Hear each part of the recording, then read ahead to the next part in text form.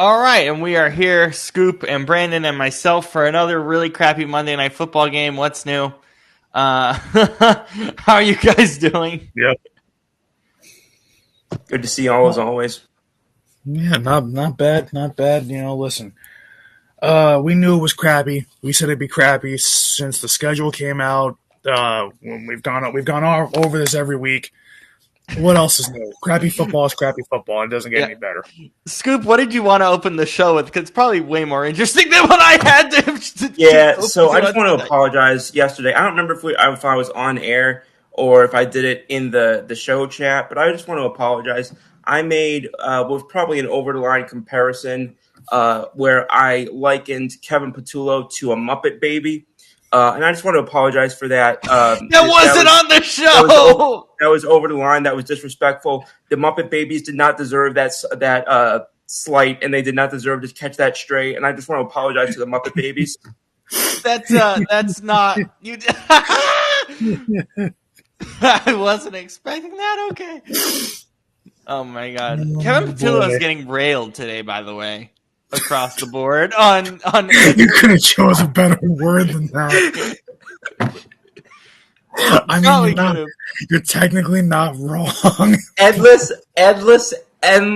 scope of the English language to use, and that's what you go with. I don't know. I mean, let's be honest. Look at what's happening with all the Eagles fans. I've never seen. I mean, that would explain why he doesn't care about winning games. God, we suffered through. And yes, I apologize. I maybe could have used a better word, but I don't know what other word to use. It's been that bad. We suffered through Chip Kelly calling some of the worst plays in history. We suffered through Brian Johnson being terrible in 23. They never got like. Why did we start this show with the Eagles? I was trying to wait until Friday. What's going on? No, because I had to make that one comment. That's literally all I was going to say, though. Yeah, wait till Friday. We're gonna. Yeah, that's what I'm saying. Wait until Friday, guys. Wait until Friday. All right. Well, Scoop, I will get you started on this.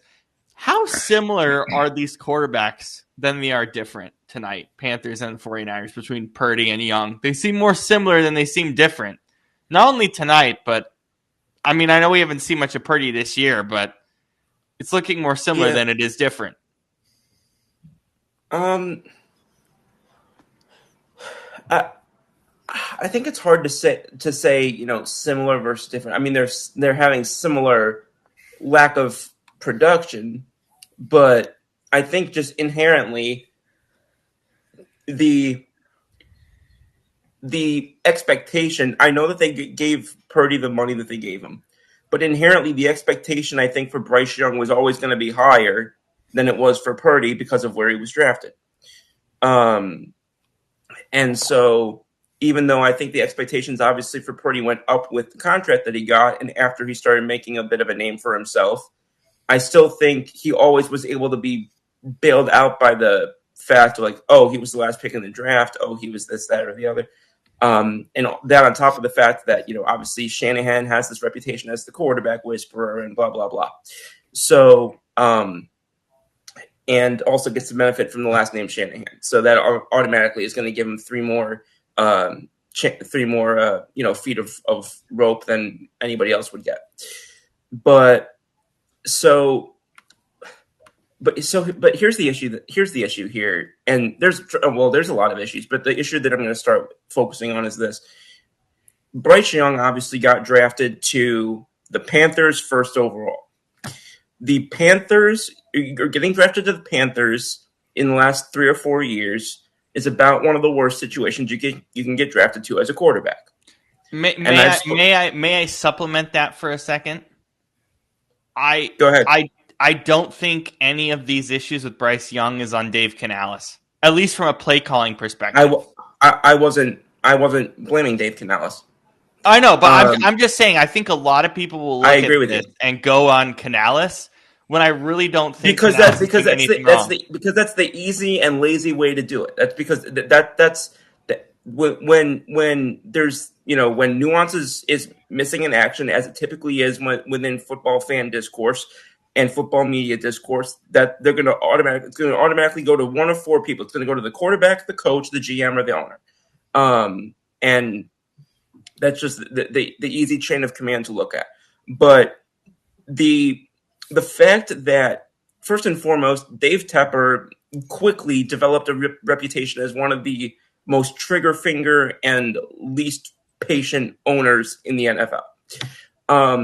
So you add that to the fact that they didn't have a stable winning foundation to begin with, or anything remotely resembling one. So you have that where it's like, it's one thing to be, Steinbrennerian when you have a, some semblance of a not even a culture, but some semblance of a system that is remotely producing results. The Panthers have had nothing of the sort. The Panthers, the last 15 years, their success was Cam Newton. That is it. Minus that second stint, which was ugly. Well, that's why I said, obviously it was a much different scenario when he went to New England. But so that was, and they had that one run to the NFC Championship where they faced, was it the Broncos they faced in that Super Bowl? Broncos in the Super Bowl, and then Arizona in that championship game, which they smacked Arizona by like 40. Yeah, and then they kind of had, sort of a dying breath, and then sort of haven't been heard from in the last 9 years. But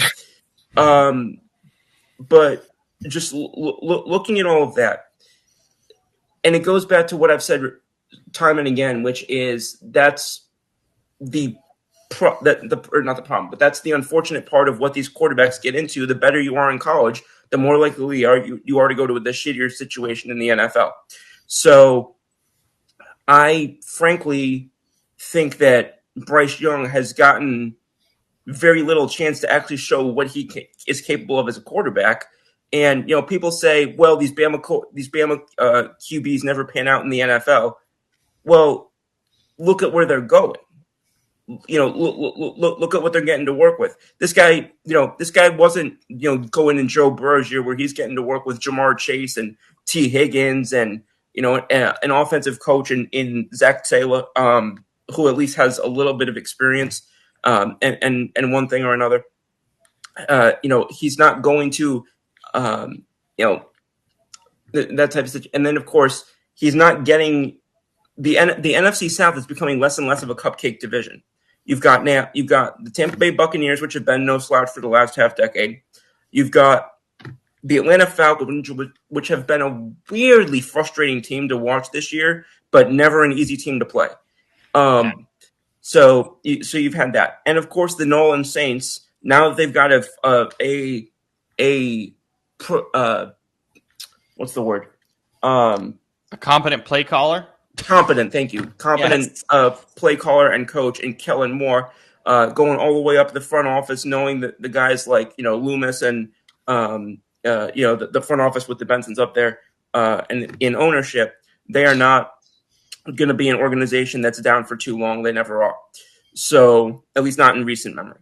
So, with all that being said, I think that while I agree that some of these things look similar, I think that the results looking similar doesn't mean that the situations themselves, when you look under the hood, I don't think the situations are really that comparable, because on one hand, I'm seeing a first overall pick look like this, and on the other hand, I'm looking at, I'm former Mr. Irrelevant, but at the same time, I can look at it on the flip side as well. Whereas this, this guy, in Brock Purdy is perhaps in one of the most enviable situations in the NFL for a young quarterback.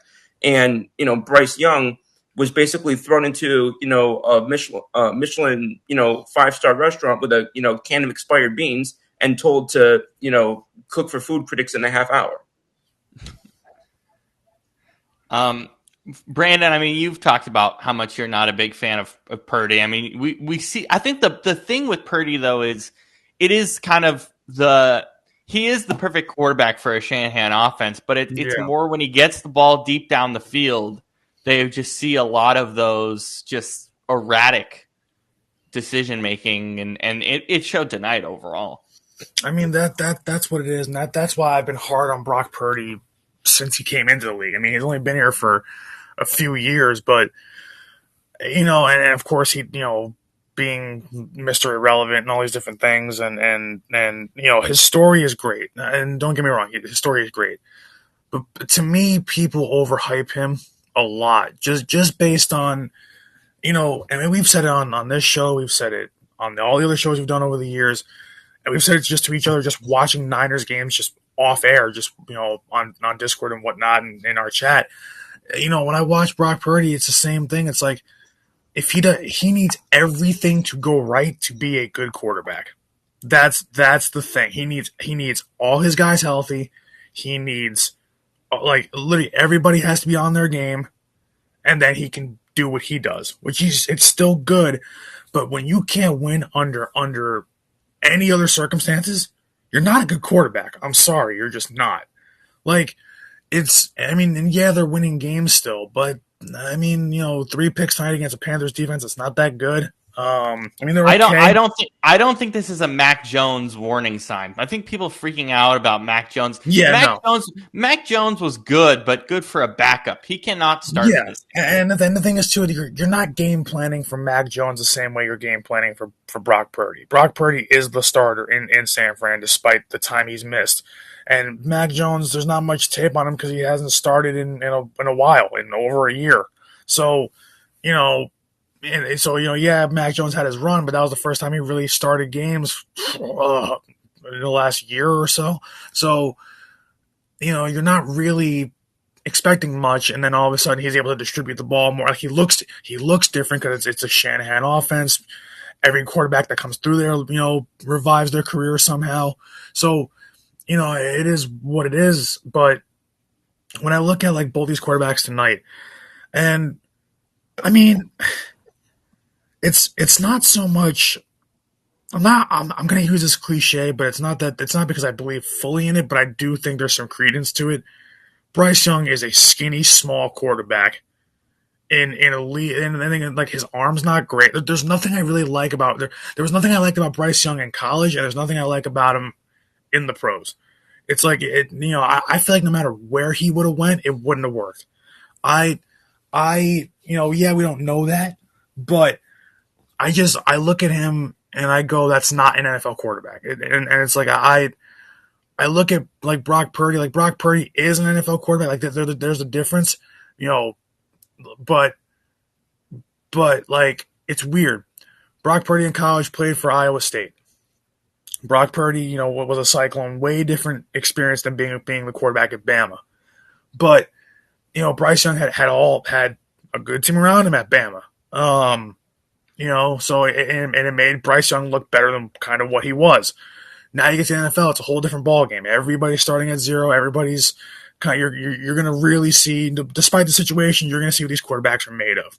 And, Shador, like with the Browns yesterday, Shador earned the right to keep starting the rest of this season. Oh, but unbelievably, yeah. It's like, again, I said it was the Raiders, but he looked really good, and I can't deny that. That's why, we all take it with a grain of salt. It's the Raiders. I could go out there tomorrow and drop 250 on the Raiders if I wanted to, and I have no NFL experience. But at the same time, it's you still gotta win the game. You still have to do your job, and he did that yesterday. So he's earned that chance. So and listen, the Browns are a bad situation. We all know that. So to me, it's like, it's a combination of a lot of things. It's what kind of front office and coaching staff do you have? Also, what are the players around you like? But also, what do you bring to the table?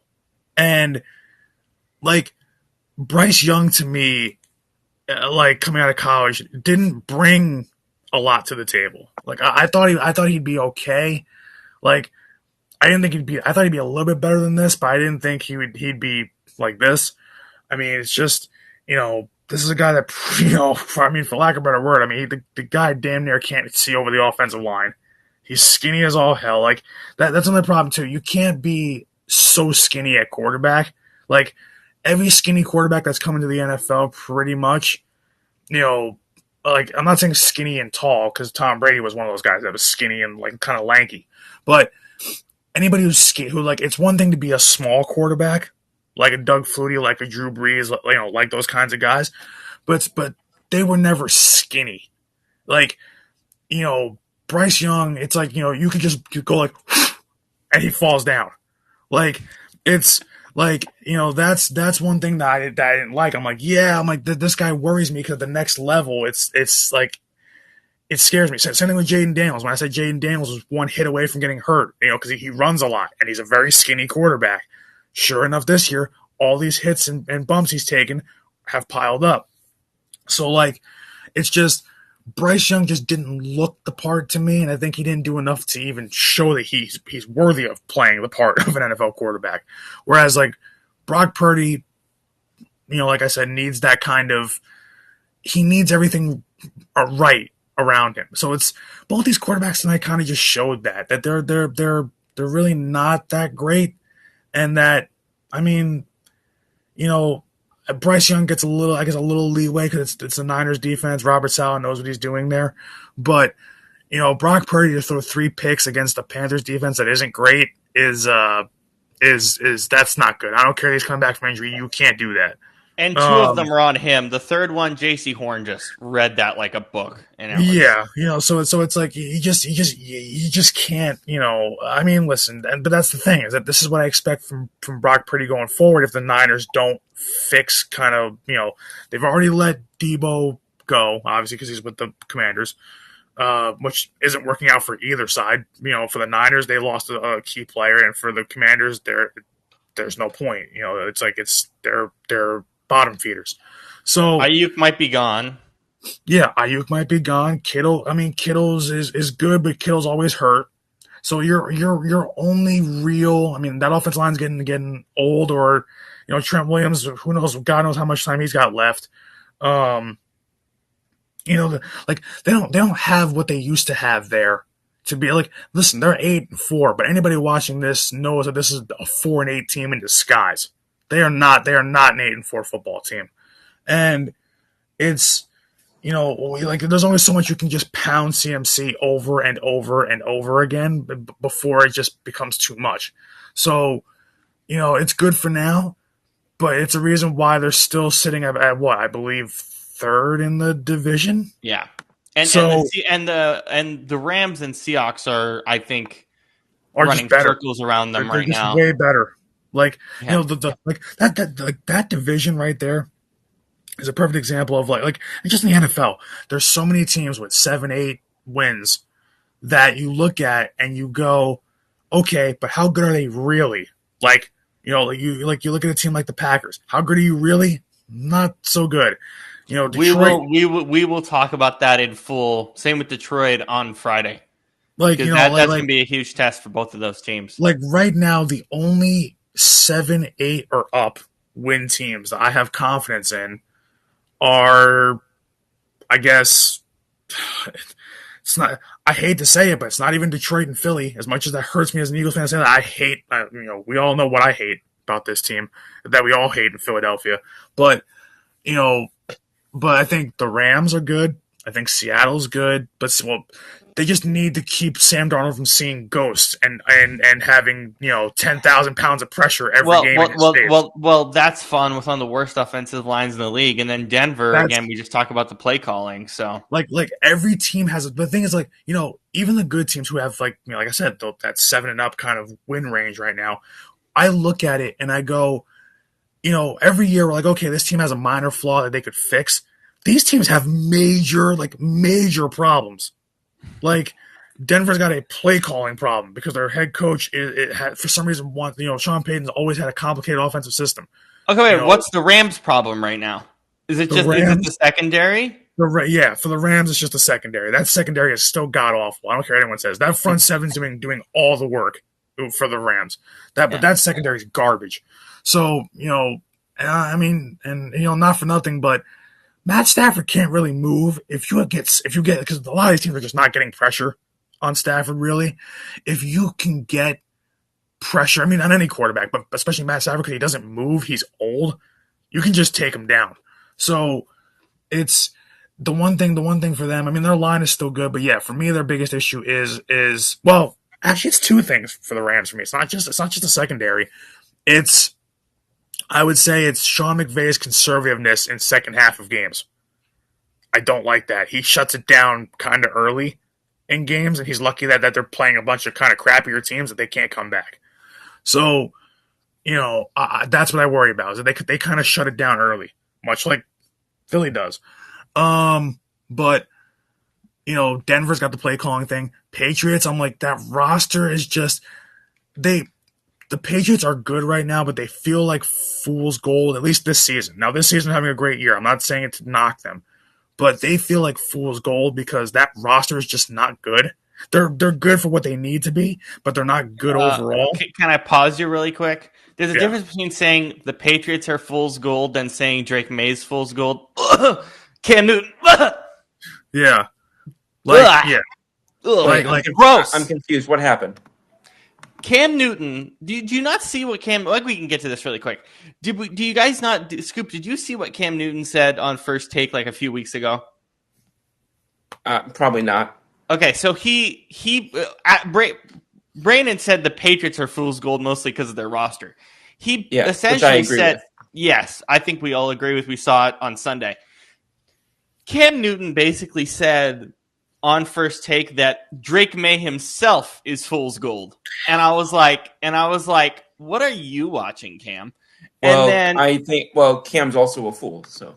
Yeah, well, it gets better. This whole thing was so funny to me. It gets better. Then Drake May, he did a really good job. He got a question about what Cam said. He's like, I don't even know what show he is on, which was pretty funny. Okay. You know what? That part I actually remember hearing. Yes, he's like, I don't even know what show he's on. And then Stephen A. Smith, like the next day, goes on air and goes, we're the #1 morning show on ESPN. I'm like, #1, dude. The only reason I was seeing That's Good Sports and Tom Perna talk about this as well, and they were like, the only reason that the #1 morning show is First Take is because people just have it on in the background in the morning. People actually listen to your show. Yeah, nobody watches ESPN anymore. Yeah, so no one cares. So I thought that was really funny. And then the best part about this whole thing was Mike Rabel today. I wasn't going to talk about this on the show, but when I saw Mike Rabel's comments, I died laughing. I think it was today when he died. I have to find it really quick. It was so funny. He was like, I gotta find it. Hold a minute. I'm holding. This is not great TV, but hang on. Mike Rabel said he finds it hard to believe that First Take is #1 show, and he said it's not the Sports Center I remember, and that made me die laughing because I was like, it's so true. So again, like I just thought it was really funny because everyone's railing on ESPN for different reasons, as they should, because it's been kind of a rough few months for them. And for Stephen A. as a whole. So I thought that was really funny. But Scoop, where do you see the top of the NFL? I mean, as Brandon pointed out, there's just a lot of major issues with every single team in the top of the league right now. And that's why when people have said, "Oh, this team's done," or this team's toast, or one thing or another, I don't really believe that, because there's just, again, there are about 5 teams that I look at, and I still can see them winning it all from what I've seen this throughout the season. But there are very significant reasons why I don't think that, or that I think can get in their way. We've talked about a couple of them. Excuse me, sorry. The Rams, I think most of us would agree the Rams are probably the favorite right now. Yeah, easily. I still think the Broncos can win. Of the teams that exist right now, and as they exist, I think the Broncos have a path to winning the Super Bowl. Mm-hmm. Yes, I do believe Philly has a path to winning the Super Bowl. I know it's hard to believe it with Kevin Patullo as our OC, but I do believe it's the roster. The roster is still there. The talent, yeah, and the defense. And the defense is the best in the league. Yeah, talent and defense. Excuse me, sorry. I know people have shut the door on them, and I understand why. Their schedule's about to get one of the 10 easiest in the league. I still am not ready to completely slam the door on Kansas City. As long as they have Mahomes in there, and Reed and those guys, I'm not ready to completely slam the door on them. I think that I think they're the least likely of the teams that I'm naming, but I have not shut the door on them entirely. If they lose to the Cowboys, are you shutting the door? I mean, it's kind of hard. Again, and I know I give this answer every time people ask me, if they lose to this or whatever. It depends how they lose. It really does. Let's put it this way. Let's say they lose by 14. Oh, Jesus. Then yeah. Because I weirdly think it's a feasible possibility. Short week, they do get some guys back. That. We can't afford that. We need the Chiefs to beat Dallas. No, but what I'm saying is I see it kind of feasibly because the Chiefs are getting healthier. Yeah, but like... Yeah, and the one other team I'll throw in there, and again, I know we haven't liked them because of how they played without their, the guy that I ranked as the number one quarterback in the NFL. He's back now, and we all know how in the NFL sometimes it's not about being good; it's about when you get hot. And so I would throw Baltimore as my last. Oh, Baltimore! I would throw Baltimore as my last team in there. We've talked about Baltimore's defense. I'm concerned. But see, here's the problem: is that damn near the entire NFL has a bad defense. True. I just think if I was to rank them, I think Baltimore's much worse than a lot of the other teams we've talked about. Yeah, especially defensively. Well, that's what I mean. Defensively, I think they're so. I mean, and by the way, we'll see if Kyle Hamilton plays on a short week.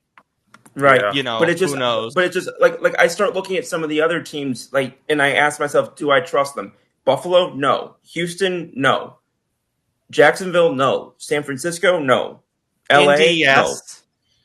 No. Yeah, Indy's still Indy would be the only other one that I didn't name that I would add. And again, that's just a case of needing to see more from because if you notice the other teams that I mentioned, I trust all their quarterbacks. I still need to see a little more to be able to trust Daniel Jones. Yeah, I think we're all there.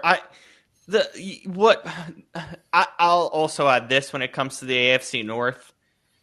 The Steelers bottled this badly. Oh, badly. Yeah. Badly. They really should be winning this division easily by this point, and they're probably, as Scoop has mentioned, and I think we've talked about their schedule in weeks past, so there's no reason to go over it again. But as Scoop said, the Ravens' schedule gets much easier down the stretch. The Ravens are winning this division, and they're probably the only team that gets out of this division right now at this point. So I'm looking at the teams right now. I think Broncos Rams ends up being the Super Bowl. I really do. I think Broncos Rams. That's fair. That's completely fair. Yeah. And quite frankly, I don't mean to be that guy. Quite frankly, the only team I see knocking off LA still is Philadelphia. Yeah. I think that's fair because defensively they're that good. And just because we've done it before 1,000 times. Well, that's what I was going to say is we did it a few weeks ago, and we did it last postseason. Now the reality with Philly.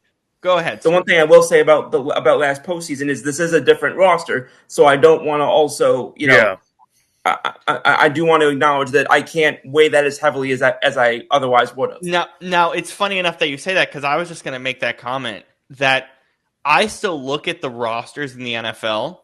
And again, I just think pure talent-wise, Philly's the best. Yeah. By a large margin. The problem is, and we'll talk about it more on Friday, because God knows you guys don't want to talk about it any more than we already have. That offense is it's going to be a problem. And if they lose to Chicago, as Scoop said, let me give the point. If they lose to Chicago badly, wheels are going to start falling off. Yeah, if they not already are.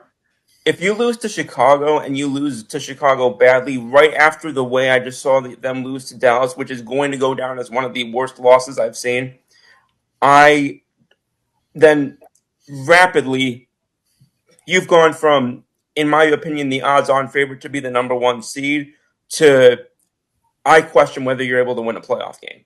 Yeah, and that's kind of what, I don't know how explicitly we said this on the show about Philly, but I think you lose to Chicago, and again, you lose badly, or if it's, I even think if we come on here and yell about Patullo again in a matchup against a team that who knows if you'll see in the playoffs, guys, I'm out. And I don't want to be out on them. I know. I think it's very full. Like, that's what's weird to me, right? Buffalo as a core, I think, has a good roster. We're all kind of out on them. Yeah. But Philly, I think, has an even better roster, and I can't be out on them right now because this roster is really good, and I can't ignore that. If this team continues down the hole of Kevin Patullo, it's not even going to be about how good this roster is. Who cares about the roster? That locker room's been a mess anyway. They're going to die. The thing that concerns me one of the things that concerns me the most, I get backing your coach. I do. I get backing your OC. But the comments that he made today were so freaking tone deaf. Yeah. And we're who? Hurts? No, Coach Sirianni. Yeah, Sirianni. Sirianni. He basically said, I think he's been doing a good job. I believe in him as our OC and one thing or another. I'm like, he has to, though. He has to. He has no choice. What else? But you don't have to do it as emphatically as he did it. Yeah. You can just okay, that's fair. It felt too blinded, to be honest. Like I've seen guys say, we believe in what we have right now. We'll evaluate everything at the end of the season. I would have been totally fine with that type of an answer. Yeah. I think that's fair. Absolutely. Yeah. The way he made it sound like I'm with this guy come hell or high water. I'm like, you are blinded by your friendship with this guy, and I don't like it. This is exactly Brandon. I said this to you. This reminds me way too much of the Press Taylor situation that ended up getting Doug Peterson fired. Yeah. Oh yeah. I have my issues with Doug Peterson. The end of that Eagles run. You should have started Jalen Hurts, and you made me lose in my fantasy league. I'm never going to get over that. Okay. Anyway, but again, and here's the thing. Like so this is something we haven't kind of touched on. We can touch on it more on Friday. I don't want to get into it too deep here, but I think the locker room issues with AJ Brown actually is because of Kevin Patullo. It is. I think it's 100% on Patullo and on Sirianni. It's on both. I don't think it's unreasonable to say. I'm not somebody who typically thinks things fall on one guy. I don't think it's unreasonable to say that if you fire Kevin Patullo, 98% of the team's problems go away. Yeah, no, and that's what I think. So we've had some issues with AJ Brown and yeah, on the on-field play and stuff. But I've gone to the point, like in thinking back to yesterday, I've gotten to the point where why do I want to put effort in for a guy as bad as Kevin Patullo? Yeah. Why would I want to? And the thing is, even if you do put effort in, it's like the route concepts and things are so bad. It's like even if the ball's thrown your way, the chances of you catching it are slim to none. Like it's like even if Jalen was to hit you right in the chest, these DBs are blanketing every single route. It's like it doesn't even matter if Jalen throws the ball or takes a sack or fumbles it. It doesn't matter because there's never a player open. There's maybe 2 times in a total game, in a 60-minute game, where I see a play that's open that Jalen could throw if he wanted to, but it's not even like it's open like that. It's open enough, but it's not even like it's kind of like what happened to Purdy today. It was kind of like it was open enough and then he got picked. But yeah, like it's like in this league, when we say wide open, we're all thinking, oh yeah, there's nobody within 5-10 yards of the guy. But wide open in the NFL is like, oh yeah, there's 2. Like they were showing that play against Dallas, where the 3rd and 2, and I hate. Oh Jesus! I hate. I mean, we'll talk about it on Friday if these problems continue, which they probably will. Yeah. We will talk about it more thoroughly on Friday because I'm positive you guys are going to probably blow a gasket regardless. But rightfully so. I keep going back to that 3rd and 2 because of just how bad the play design was and the play call and the personnel in the damn game was at that point. That what I'm trying to figure out is why people are using that one play and saying, oh, well, Jalen can't take a sack there. Jalen has to throw that ball to Dallas Goedert right over the middle. I'm like, if you watch that play back, Dallas Goedert is like the 3rd read on that play. By the time he had no time. Yeah, by the time that Jalen went from AJ to going across the field, there's literally two guys, and like he's getting backed up into the pocket even further back. He'd have to throw that ball off his back foot. And mind you, that even though Dallas Goedert looks open on that play, I promise you, that's not open. Yeah. That's not open because that linebacker, whoever that was, right on his back, that throw is either getting knocked down or it's getting, something's going to drop, something like that's going to happen. It was not. It's like, I don't care that Jalen took the sack there. It's the wrong play call. You put in Will Shipley over Saquon and Tank Bigsby, and you ran a play that even if you had to run a pass play, like we said yesterday, even though you had to run a pass play, why was there nothing under? Why are you running it out of shotgun? Why are you telling Jalen to drop back? Why are you telling him to throw 12 yards to pick up 2? It makes no sense. All right, let's get to this more on Friday, which I'm sure is going to be ugly. We have some show history this weekend, which is kind of fun. Scoop is going to the Browns game. Going to give us some live thoughts on Shedeur Sanders. And I know, Scoop, you told us after the show you actually want to talk about it yesterday. Honestly, I'm kind of glad we decided to talk about it today because Shedeur is going to start on the game you're going to. Yeah. Who are they playing again on Sunday? San Francisco. And I as soon as I found out about it, I group texted my family that we're all going with to the game. Nice. But that being said, what did you see from Shedeur yesterday that you're kind of looking forward to? Some positives, some negatives. What are you looking forward to seeing in person?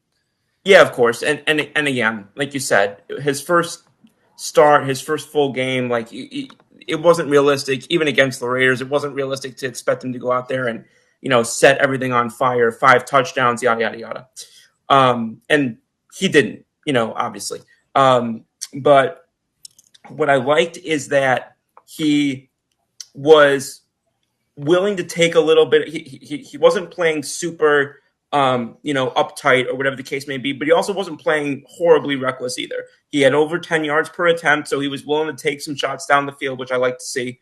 Always like to see that from a young quarterback. But he wasn't doing it stupidly either. So I would describe it as, I think he was taking calculated risks, which I think works within the Stefanski offense. I liked the fact that obviously he did throw the one bad pick, but it looked like he was getting into some good synchronization. I like that he was mixing it up between different guys. He didn't really have one guy that he kind of put 80% of his targets to. I saw, Fanning got the ball a decent amount. Bond got it. Judy got it. Sampson got it. So I like seeing that as well, kind of being a bit of a point guard, which when you have some of the limitations that he does, or at least some of the, he is not really as polished and developed in certain things as a quarterback as other guys might be. You kind of have to, figure out, okay, where do you play down your weaknesses and play up your strengths? And one of the ways you can do that is getting it out quickly to your playmakers and letting them, do their thing. And I thought that he, in terms of mixing up where the ball went, I thought he did a good job on that. I think that I think going into a game against San Francisco, which obviously, we talk about Saleh and that defense and everything that kind of they've pulled together this season. But I also will say this: teams can score on San Francisco. When you look at, I know the Panthers obviously didn't, but teams for better part of the season have been scoring in the 20s against San Francisco. And that is enough to win when you have a defense like Cleveland does. So I think they are a team that I think San Francisco shouldn't be taken lightly. I was not the Shedeur fan coming out of college that some people were, but I dang sure did not think he was a 5th-round prospect. I thought he was kind of more of a day 2 guy. But him falling to the 5th round, even if I wasn't a Shedeur fan, which I really wasn't, it's just good value to pick him up once you get to, 144th overall or something. So I think that was, worthwhile. And of course, now it buys them some time with Dylan Gabriel to make sure they don't rush him back after what he, dealt with in the previous game. Yeah. Brandon, I mean, it was positive for Sanders, kind of similar to the positives we saw from Gabriel in his first start as well. But what are you looking forward to seeing? I mean, moving forward, the Niners are a good test. We're going to get to learn a lot more. Obviously, we're going to have to give them time, but definitely a step in the right direction. Yeah, and I mean, was it pretty? No, only completing 55% of his passes, but and threw a pick. But you saw a lot of positives, just like in Gabriel's first start or first game. You saw a lot of positives to grow on. Like they need to hit on one of these rookie quarterbacks. Otherwise, here goes the Browns, QB carousel again. Here, we're gonna draft another one next year, and another one the year after that, another one the year after that. Like 45 U.S. presidents, 45 Cleveland starters. Yeah, in I think what's the last 20 years or something like that. Yeah. So sorry. No, it's crazy. Like they need one of these guys to pan out. They really do. I mean, we won't know which one it is, but like that's why at this point, like as much as I'm not a Sanders guy, still like at this point, just for the sake of Browns fans, for the sake of that franchise, one of those two guys has to hit. I mean, one of these two guys, they had.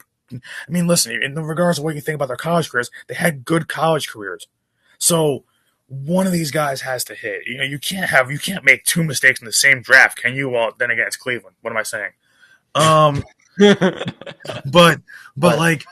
But it's true though. Like one of these guys has to end up playing well, and if Sanders has another good game, like I'm not saying he has to win this game. You're not against the Niners. You're just not. Unless the Niners are just blow the game, but at the same time, if you just have another game kind of like that Raiders game, and you just show that hey, I can at least be a competent quarterback and have something to keep building off of as you go down the rest of the season and into the offseason, then hey, then maybe you start him again next year, and then you see what you got. But I just it's just frustrating that like. Stefanski is usually a guy. Listen, I don't blame any of this on him. I don't blame how the Browns are on him. But I'm just like thinking about it, and I'm like, how can no quarterback like that he's really ever had developing under like on that team develop well enough to be a long-term solution at starter? And I'm not saying that to be good, just a long-term solution that can be at least serviceable. Like these guys are so bad when they're in Cleveland, and it's like I don't know. It just seems like the whole thing's a dumpster fire. The players just suck. The front office sucks. Like I want one of these guys to do well, and Shador did play well against the Raiders, well enough. But but then what's going to happen when DG does come back healthy? Is there going to be a QB battle again? Like, are they like? I'm thinking they're going to go into the offseason, which is a full off season. Both of them are going to train and things like that. I think we're actually going to go into next season with a QB battle, and it's just going to be who. No, continue, Brandon. No, I was just going to say it's just going to be who stating the obvious, who's going to perform better in this QB battle, and because we don't know yet. It's one start for Shador, so we just don't know. We don't know about either of these guys still because neither of them were the starter at any start of the season. So it's not like you're getting DG to start the season this year, and he's played 10 games, and then it's bad, and then you pivot to Shador. It's like DG started 2 or 3 games, and then or maybe and it was bad. Yeah. It was bad, but like that roster is awful. But the roster is awful. Yeah, but it's not good anyway. So it's like everybody's ready to crown Shador the starter after one game. Like yeah, you had one decent game, not good game, decent one. So I'm like, can we hold off on that? Like, we're going to have a QB battle, it feels like, going into the offseason. That's just, it is what it is. Like, these guys are both just got drafted. They're both going to have, a full season under their belt, and both have playing time under their belt. So you're going to, whoever wins that, so that's why it's too early to judge. You're going to have a QB battle next year, and it's going, and all through camp, and whoever comes out number one, that's who's starting. So it's just, I don't want to say anything yet because even if he looks bad against the Niners, I still don't think DG is going to get another start because you can't keep going back and forth this late in the season. So this is Shador's team the rest of the way. So yeah. And if he shows something, he will start. I will say something that sounds very Browns-like, and I just had that thought. Sorry for interrupting, Brandon, but I had a very Browns thought. What if the Browns draft a third quarterback? What if the Browns take a quarterback in this draft? Is it out of the realm of possibility? No. No, because of their record, because how bad they are. But Scoop, is that possible that they just, I mean, especially if they fire Stefanski, which would be stupid anyway, there could be a coach saying, hey, we have a top pick, let's go get another quarterback.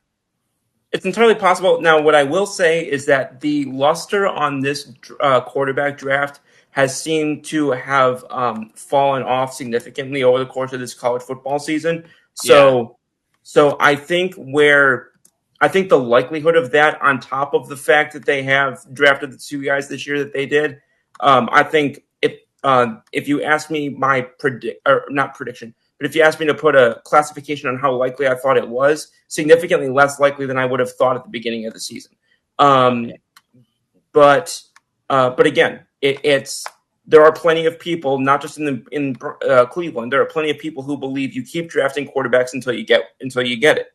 And so I wouldn't in any way entirely rule it out. But I think that it comes a point where if you really believe that you've gotten the guy, then at some point you have to start investing in the guy that you've already taken. Yeah, especially after 1 year. All right, anything else on this? Yeah, so I just want to add because you mentioned the history side of things. I don't know if didn't hear it mentioned already, so I'll mention it.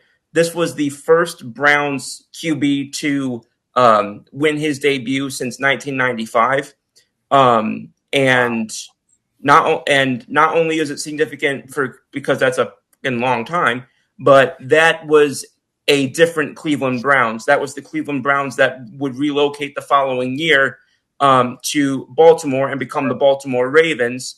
And the Browns would go defunct for 3 years before they were reactivated in '99 as a new team that would be considered an expansion team, even though the Browns' identity was left in Cleveland.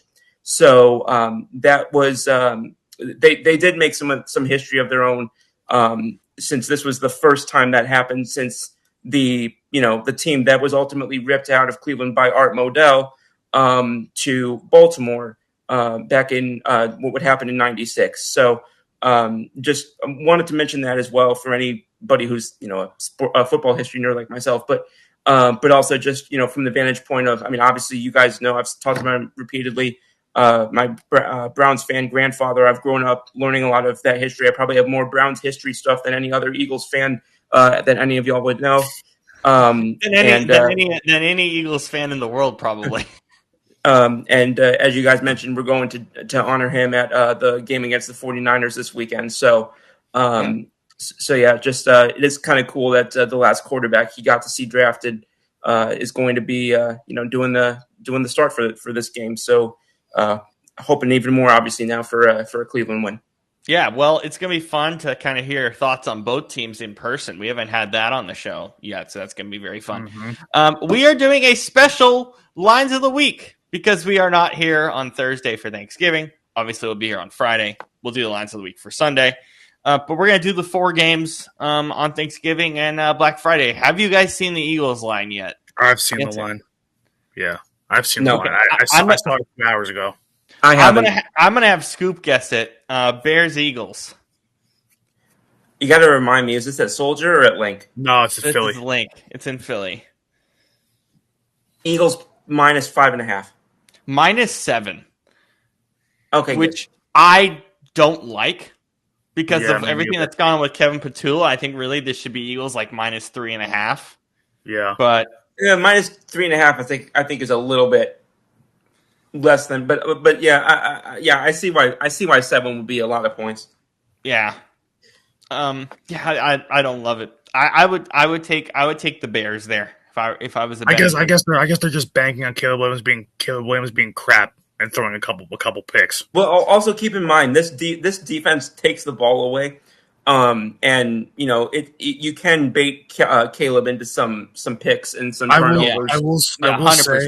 I will say just the last thing I'll say about this before we talk about it on Friday is, they need help though in the secondary. Bad, they're all hurt. Makuba's done. And right now we have to watch Sidney Brown play football. That's gonna kill me. So, all right, the Thanksgiving games. Our first one on Fox to open the day. Packers Lions. Guess the line. This is gonna be a great game. This is the one game I'm actually the most excited for on Sunday or on Thursday. Thanksgiving. My bad. It's in Detroit, obviously. Well, yeah. You guys would know. I just think the Packers are not that special. I mean, and Detroit scares me a little bit. And it's a division game. You know what? I'll say Detroit minus 3.5. Scoop. That's what I was gonna fucking say. So, you want to take 3.5 as well? Yeah, sure. Why the hell not? 2.5. Detroit minus 2.5. Chiefs Cowboys on CBS is your next game. Where's that game again? That's in Dallas, right? Dallas. Yep. I'll go Cowboys minus 4.5. I'll say, oh God.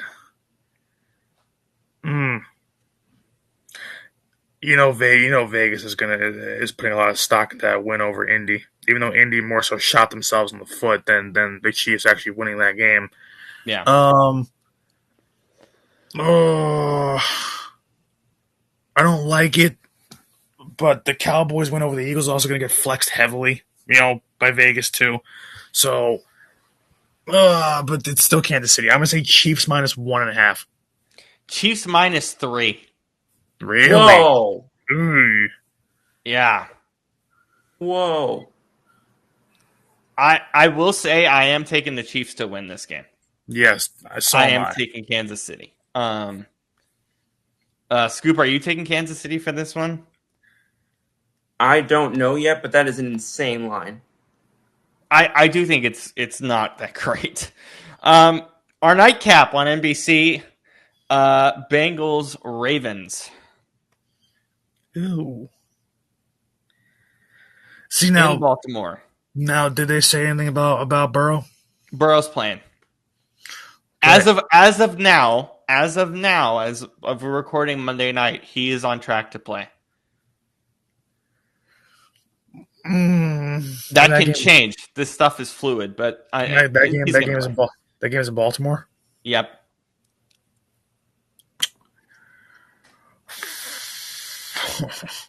I'll go Ravens minus 4. I'm gonna say just division game. Burrow's back. Both defenses are terrible. Burrow usually beats Lamar Jackson. But this isn't gonna be the shootout. I think people think that it usually is. It's not the same circumstances. I'm gonna say Ravens minus 2.5. By the way, Burrow's back from a turf toe, so it's gonna be slow pickings here early. Ravens minus 7. Wow. Well, that's way too high. Here's why I like it. This Bengals defense is awful. Yeah, it is historically awful. They both are really bad. Yes. No, yes, but here's the thing. They are, but it's another level. The Ravens are here, and the Bengals are not even. They're that bad. Yeah, I know it's historic, but I don't like the Ravens either. Yeah, I'm shocked. Jesus. So I get the 7.5. I don't agree with it, but I get it. So, or 7, excuse me. Baltimore minus 7. But yeah. So that's your lines for Thanksgiving. Hope you enjoyed the turkey more than the night game. I'm not sure how good that's really going to be. But yeah, there we go. All right. So, pop culture. I have one thing before we do 310 to Yuma. It's more Black Friday stuff, and it came pretty late. Really good. I don't even know what to say about this. A couple of my friends said this was fake. I assure you, this is real. A 65-inch box of 65 boxes. It's shaped like a TV. It's shaped like a flat screen TV. 65 boxes of Kraft mac and cheese for $20. I saw that. Yeah. How my question is twofold. One is, how long would it take you to eat 65 boxes of Kraft mac and cheese? 65 days. I could probably You would eat it every day? If I've got if I've got free boxes of mac and cheese, I honestly think this would last me a year. And yeah, no. no, I wouldn't last it. It depends how much you really love mac and cheese. If you love that, if you love that enough to buy that, you're gonna eat it often. I'd be honest, $20 is not bad. I don't think I would buy it, but it's not bad. It's probably going to sell it really quickly. It's not bad. But also, I think it'd be funny to prank people and come home and like, hey, honey, I bought a TV, and they open the box and it's just a bunch of boxes of Kraft mac and cheese. I think that would be amazing. Here's my second thing. I've tried to cook like Kraft or Kraft adjacent mac and cheese. I'll be honest. What in the world is Kraft adjacent mac and cheese? There's other companies that make like Kraft mac and cheese, but it's not Kraft.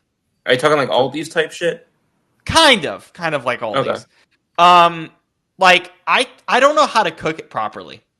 This is gonna sound really stupid, but it's just so gooey and like, ugh. It's not mac and cheese. Like, the one that I can't stand is the Velveeta. Yeah, I hear that. It's just not healthy mac and cheese. Let's just put it that way. No, I just don't know how to cook it properly because it's not healthy. Like, I can make mac and cheese, but I'd rather just make it on my own. Yeah, I got you. Is there anything else on this? I mean, I don't even know how to talk about that really. Google, play Only in America by Brooks and Dunn. I was waiting. I hope the song didn't come on. Yeah, that's what I was waiting for. Yeah. My phone's dead. No, I was just saying that because I was like, literally, I can't think of another country that would do that. Oh, by far. Also, the fact that this is called the best thing ever or the best Black Friday deal ever is insane. Who's calling it that? That's Kraft's marketing for this thing. It's called the best thing ever. Of course, Kraft is saying that. Well, Kraft's never going to say we're offering a mediocre deal on mac and cheese. I mean, yeah, you're not wrong. Yeah. Oh my god. All right, well, it's time for us to do 310 to Yuma. So, Scoop, we will bid you adieu, my friend. Excuse me. Since I'm not going to be able to watch the movie, does it make a difference? Yeah, I mean, you could stay and listen to it if you want. That's totally fine. I'm curious. Okay, so I will give you guys Scoop synopsis or thoughts on this movie. Here's what he sent me. By the way, he's at a party celebrating his high school football team. Congrats on a great season for them. So that's why he isn't here today. So here are his thoughts. First are the pros. Really strong performances from Bale, Crow, and Ben Foster. Great tension and pacing for the most part. Mm-hmm. Dramatic scenes feel like they have time to breathe but don't go on too long. Cool father-son storyline with Dan trying to retake his dignity. Wade and Dan's dynamic is super interesting. I love how a simple setup turns into a psychological battle. The world feels real. You can see how dry and dusty it is. Chaotic, dangerous, very lived in. Here are his cons. The beginning and end are way too rushed. Not great when the first and last images of the film are a bit jarring. The ending feels totally random and unearned. It does not feel it lines up with the characters we've been spending the whole film building, and there was no build up to the sudden switch from him at all. B+. Brandon, what do you say to that? Well, at least from like this is a rewatch for me. This is like my second or third rewatch, but which is why I didn't have to watch a lot of it to on the rewatch to remember it. I kind of watched half of it, and I was like, okay, yeah, I remember this, and I know what's going on. Mm-hmm. I mean, for me, anytime I mean, as everyone knows, I'm a fan of I'm a fan of Christian Bale. I love everything he does. American Psycho, Batman, The Machinist, any movie like that. Russell Crowe, Gladiator. I love a lot of things that Russell Crowe does. Even his newer movies are just really psychological, and I like that. He's a good psychological, like a good kind of, I guess, just playing, really convincing an audience that he is the character he's playing kind of actor. And it's, what's so funny about this too is that but both men are not American, but yet they play American parts all the damn time, or at least American Yeah. English speaking parts Do all you, the do damn you time. do you know how hard it is for them to be doing Western accents? Well, Insane. you know what's funny? Christian Bale did an interview once that I saw, and they actually, I think it was it with Chris Van Vliet? It might have been Chris Van Vliet, and Chris Van Vliet had asked him like, hey, what why are you able to do an American accent so well? He's like, honestly, he's like, every movie you've ever done, you've always done more of an American accent rather than your native accent. To the point where people have no idea that you're not American. And they did that. Oh, I didn't know for years until I Yeah, saw an interview, and I was yeah, I like, didn't know "What the either. hell?" And he was like, well, he's like, over in Britain, he's like, they watch a ton, like growing up, a ton of American movies, and they show a lot of the American movies overseas. Whereas in America, a lot of American actors can't do convincing British accents and whatnot because they're not exposed to the culture. He's like, in Britain, we're exposed to American culture all the time. So Yeah, he's like, we understand it. So he's like, it just comes like, it's almost like, he's like, yeah, it's a second, way of speaking the same language. It's just a different accent. But he's like, it still comes natural for English people to be able to do an American accent. He's like, because it's like their second language, but native language, like a second native language over there. It's just the accent changes. So he's like, it just comes easy. So it, that's why also too. That's why they're also just such good actors too. It's like they're so believable that they could play any character, and it doesn't feel cheap. You believe that they're the characters that they are, and that's why this movie. I don't like westerns. This western is one of my favorite movies in recent of I would say the recent era. It was basically anything post 2000s, so anything in the modern era.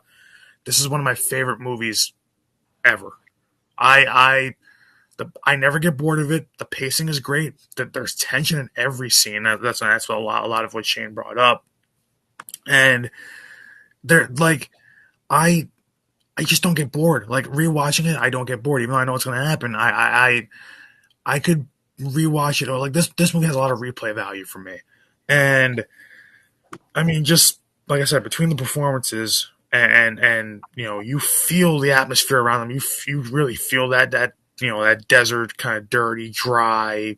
All these different things kind of climate. You feel like you're not watching a movie. You actually feel like these are actually people from this era, and it's just really it's really well done. I mean, the gunfighting scenes are good. The sound design I think is great, and it's accurate to what an old school western sounded like. It has that very western feel. So yeah, like it's not trying to be a modern western movie. It's trying to be modern in terms of like obviously the it was a more modern western, but it recalls the best of the old school westerns and kind of puts it into one movie.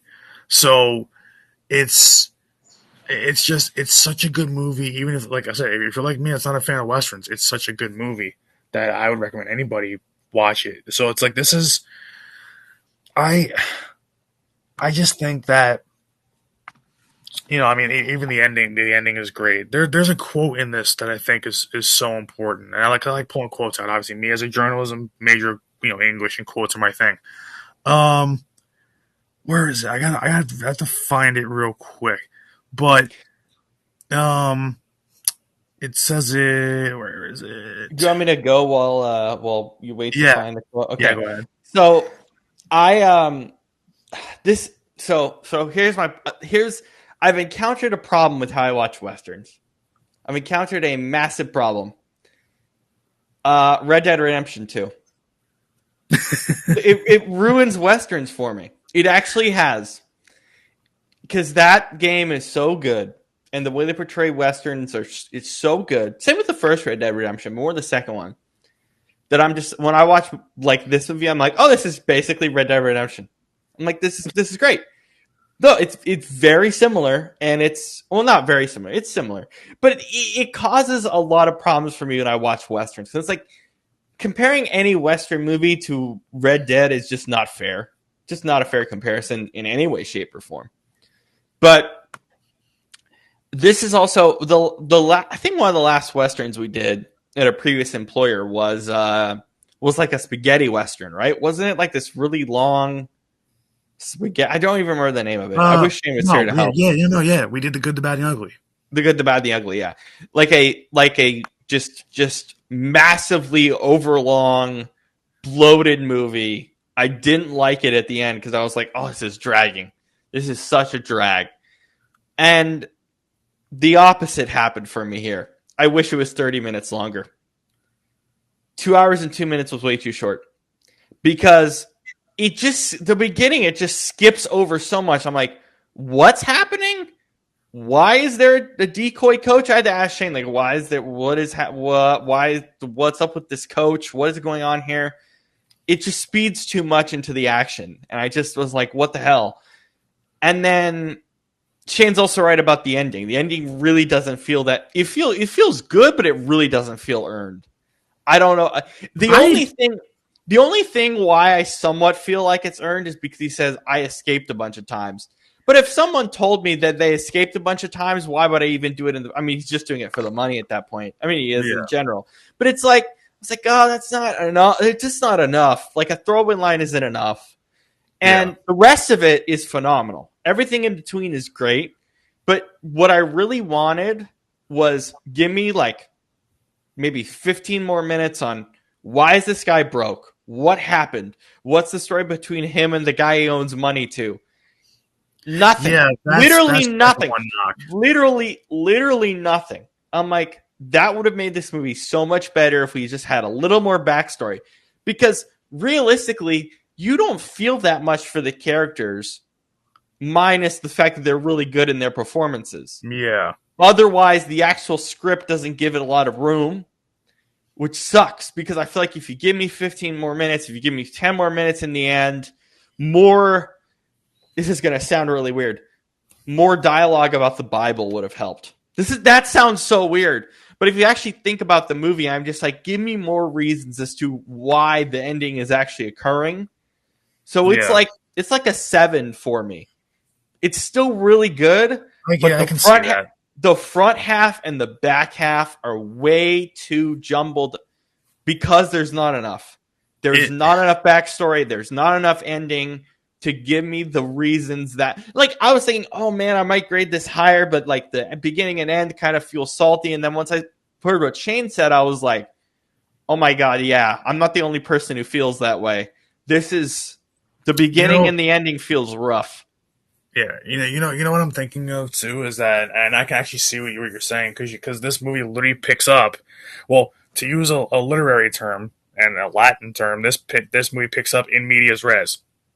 It's basically in the middle of the action. It just it doesn't. You get right about to when I got to the really good like action pieces. I was like, what the hell is going on here? What is actually happening? The setup just doesn't hit. It doesn't hit. Yeah. I had to search it up on Wikipedia and go, what the hell was this first 30 minutes? It's just bloated nonsense.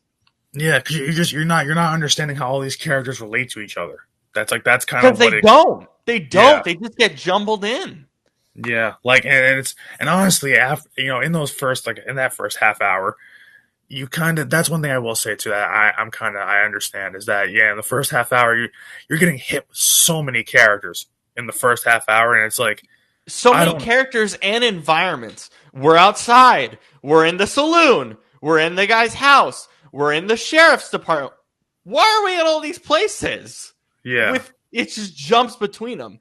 Yeah. Let's have whiskey and let's have our villain randomly seduce another woman for no reason that has no bearing on the plot. Why is that there? That seems like a filler scene. Like they're trying to fill some sort of time. The only reason that scene makes sense is because he's complimenting about the woman, his wife with the green eyes. The woman thing never comes up again. It's wasteful. It's just like, but that's kind of where I can kind of see, like, that's where I see like you and Shane making that point, because when you think about it, right? Like, that's why I said that they're taking parts of the good westerns that came before it, and I feel like they're just putting it into a big pot into this movie, where it's like, okay, you've got the upstanding, citizen, good guy, poor farmer, like, but hero. You've got, of course, a bunch of pretty much, innocent women, innocent children, that pop up in these westerns. You've got a lot of, and of course the main bad guy, the main, quote unquote cowboy, is all the same, stereotypes of every other, and his group, yeah, and then the group that follows him. And then the group that follows the main guy because they have to protect him to get him to this train. It's all like, oh my god. It's all the same stereotypes. It's all, hey, here's a womanizing, gunslinging cowboy, bad guy, we know what side of the law he walks on. Like, and then the womanizing part makes zero sense. Yeah. It's just a wasteful scene. Yeah. Like, and then the other thing is they randomly talk about, oh, come across the border with me. No mention of Mexico other than those first 30 minutes. Yeah. Almost none. Yeah. Like, it's very weird. But the way, here's how I put it. The first half of this movie is like playing the side missions in Red Dead, and then the middle is playing the story, and then the ending is just kind of like another random ass side. It's kind of like the kid in the first Red Dead Redemption. The ending is just the kid's story, and you feel for the kid because you know about the kid at that point, and you learn more about him in the second game. But still, that's kind of how I would describe it for someone who's never seen the movie. It's Red Dead side mission, main one, the kid ending of the first one, done. Basically, what I will say is that this movie, because the performances are so good, but that's kind of why I'm willing to kind of overlook these things, is just because the performances are so good and believable. That's why I give it a 7. If this didn't have good performances, it's like a 5. It's a 7 because the performances in the middle are so intense and so good. Yeah. But the first half and back half, particularly the first 30 minutes, are excruciatingly wasteful because we don't have the backstory that we should have had. We should have added another 30 minutes. I can't believe I'm saying this. Add another 30 minutes to give me clear backstory. A 2-hour movie, which is crazy. I'm more used to movies having 2 hours and 30 minutes. If this has 2 hours and 30 minutes and gets these two main characters beats right, this is a 9. This is a 9.5. Yeah. That's where I'm gonna put it. I'm gonna give it, for me, just because of how much I love it, because I don't get bored by this. But I think that's also why too. I guess I'm a little more easy to please from a movie standpoint. I understand that this should have more backstory. The end, all these different things should be kind of tidied up. But I guess from a movie standpoint, is that this is one of the few movies that's 2 hours or more, where I don't feel like I'm watching it. And the thing is, westerns, like even the old ones, are just very slow pace, like very slow. Good, the bad, and the ugly. Good, the bad, and the ugly was long and slow. That's kind of what makes this impressive, is that you figured out that if this movie starts in the middle of the action, where literally the first thing in the first 2 minutes of this movie is Evans's, Christian Bale's character, his barn burns down, and you're figuring out he's a poor farmer. Like, the crazy thing is that even though this starts in the middle of somebody's story, it's that the fact that they got 2 hours out of the rest of that. So basically, they got half a movie, like in terms of story wise, and they were able to make it 2 hours and not slow down on the pacing. Is actually really good. That's a good job. It's impressive. It's impressive. That's a hard thing to do, is to start literally right in the middle of the action and then to drag it out that long and to still make it like a movie that the pacing doesn't suck, the acting is great throughout. Like The acting's the best part of the film. The acting yeah, is the best part of the film. yeah, and I think that's why like I said, I'm easy to please. So I like when it just like yeah, the backstory could help.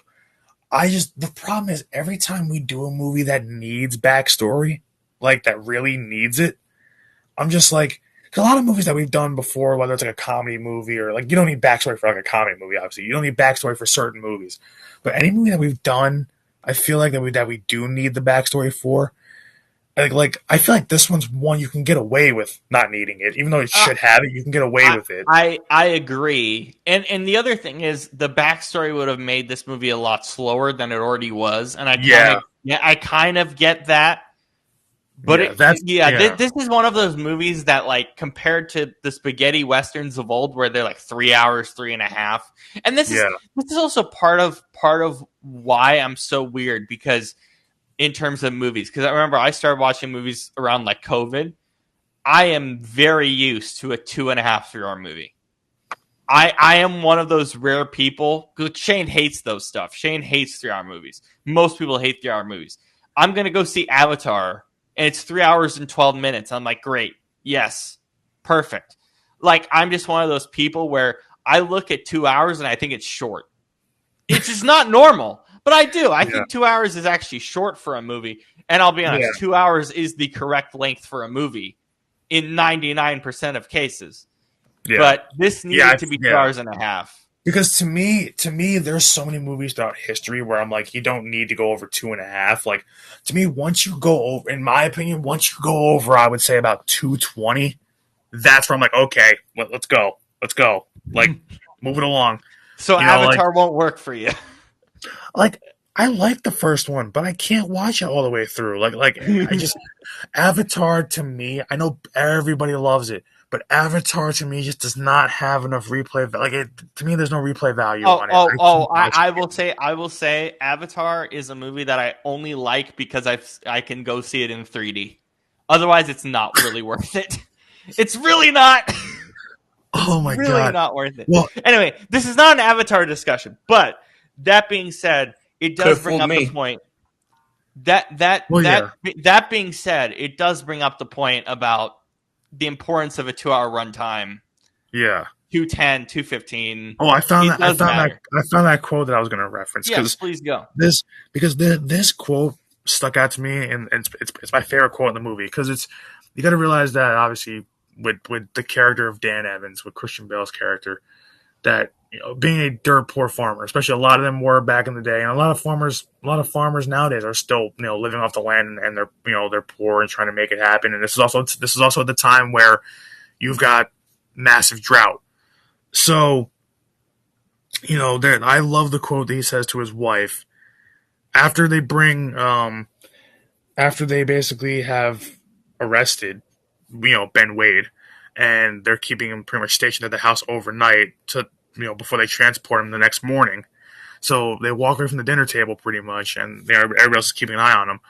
And his wife Alice, they end up talking in the room, and he basically said because she's telling him that he's kind of being foolish and taking part in you know escorting this man pretty much to prison The most dangerous man in probably the whole county, or yeah, however especially big. it's just she's like basically what are you crazy you know like you can still back out of this, like you don't have to do this.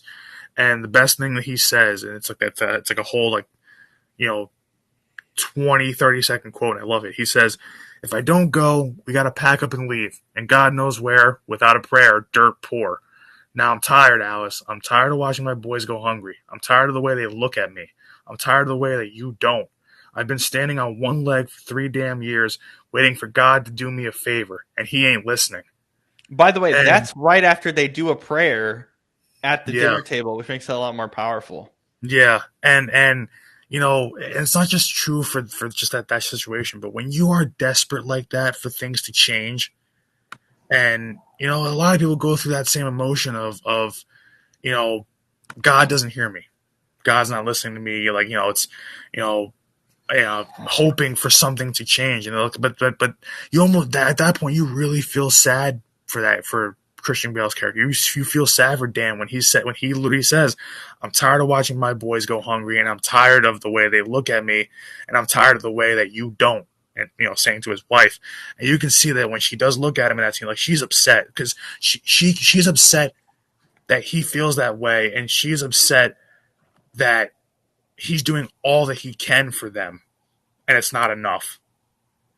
And it's you can see in that moment, in that scene, when they look at each other, when he says that, you can see both the desperation in their eyes, and what it means to them to and why basically says he has to go. He has no choice. Like, no, he can't leave. No, he can't back out of this. He can't just say no, I'm not gonna.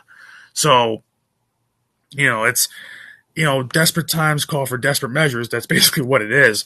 But when you are so desperate for change, and the thing is too, you also got to realize in the time period that it was, Ben Wade is a robber, pretty much. He's a stagecoach. He's a robber, so he's stealing money, killing people, taking their money. So he's got plenty of money. So it's kind of like that dichotomy is like, what's worth more? Is your morals worth more? Like if you're dirt poor, but you're standing by what you believe in and your morals and things like that, how far can that get you versus the guy that's literally living off of blood money? And also to bring this up too, of course he borrows money from other people because he needs to support his family somehow. Yeah, like especially in that time period. And the thing is, he can't pay it back, but he's just borrowing enough just to keep living. Like that's a sad reality that even people in this day in 2025 are going through. So it's like it's pretty. It is pretty tough. Like that quote to me, that scene to me is my favorite scene in the movie when you understand how desperate someone has to be to say, feel, and to resort to those things. You really understand what it kind of means to be human, and then what people kind of go through in their mind and things like that, and the stress that it puts on people. So that's probably my favorite scene in the movie right there. Like that. That's one that I keep going back to every time I watch it. I'm like, damn, that is really well done. It's raw. It's raw and it's real. It's raw. Like that's really good. The other thing I will say, which makes this movie what it is, and honestly, this is a lot of like the sheriff troopers group at the time, at least how we view it. Just horrible, just bad at controlling one of the worst criminals ever.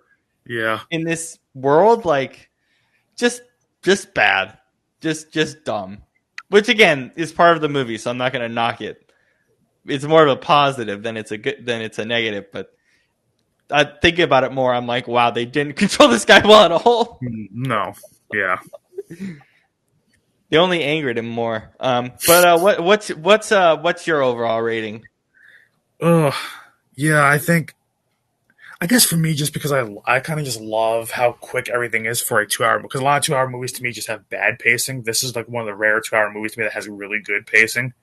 So just because I love the acting. Like I always say in movies, I love the acting. Like when we do movie reviews. This is different. This is different. This is genuinely like this one is one of my favorite acted movies ever.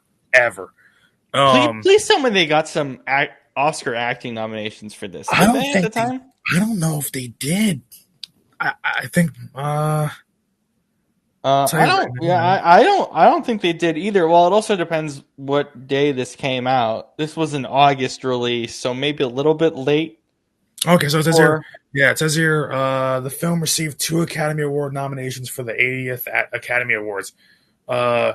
Marco Beltrami was nominated for Best Original Score, and Paul Massey, David Gianmarco, and Jim Stubbe were nominated for Best Sound Mixing. The film also received a nomination for Best Cast at the 14th Screen Actors Guild Awards. I'm so surprised there was no Best Actor, Best Supporting Actor. But the fact there's no individual awards for Bale and for Crow in this movie are insane. That's pretty wild.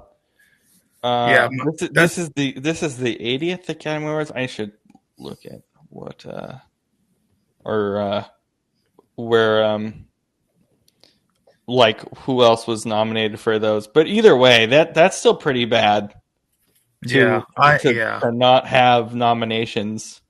It goes to show you how bad the Academy is at actually picking good best films. actor. Yeah, best actor winner that year was Daniel Day-Lewis, Okay, for and what? best and that was for There Will Be Blood. Okay, makes sense. Which, yeah, I've heard about that movie. That's actually a really good movie. But in that same category, this is a very weird list for that. This is a weird list. So Daniel Day Lewis and There Will Be Blood. He was the winner. George Clooney and Michael Clayton. Don't know anything about that. Yeah, neither do I. I think I've heard about it in passing, but that's about it. Um, Johnny Depp for his role as Sweeney Todd. That's interesting. Um, Tommy Lee Jones in The Valley of Elah. Never heard of it.